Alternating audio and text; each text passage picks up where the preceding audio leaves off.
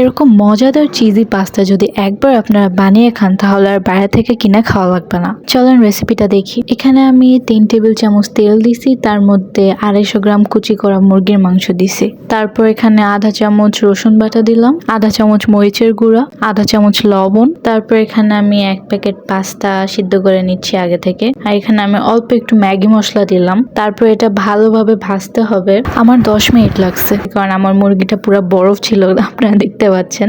আপনারা হয়তো 5-6 মিনিটে হয়ে যাবে। তবে ভাজা হয়ে গেলে এটা নামাই ওই কড়াইতেই আমি এখানে 2 কাপ টমেটো পিউরি দিয়ে দিছি। তারপর এখানে হাফ চামচ গোলমরিচের গুঁড়া, 1 চামচ অরিগ্যানো, হাফ চামচ লবণ দিয়ে এটা ভালোভাবে মিক্স করতে হবে। তারপর এটা আমি 10 মিনিট জাল দিছি, এটা অর্ধেক করে ফেলছি জাল দিয়ে। তারপর এখানে আমি চিজ দিয়ে দিলাম, এটা হয়তো 150 গ্রাম মতো ছিল। এখন এটা ভালো করে গলায় নিব আমি। এই চিজটা গলে গেলে এখানে আমি আগে থেকে সিদ্ধ করে রাখা পাস্তাটা দিয়ে দিচ্ছি। তারপরে মুরগিটা দিয়ে দিলাম। তারপর এখানে আমি 1 চামচ টমেটো সস আর 1 চামচ মেয়োনিজ দিয়ে এটা ভালোভাবে মিক্সড করে নেড়ে নিব।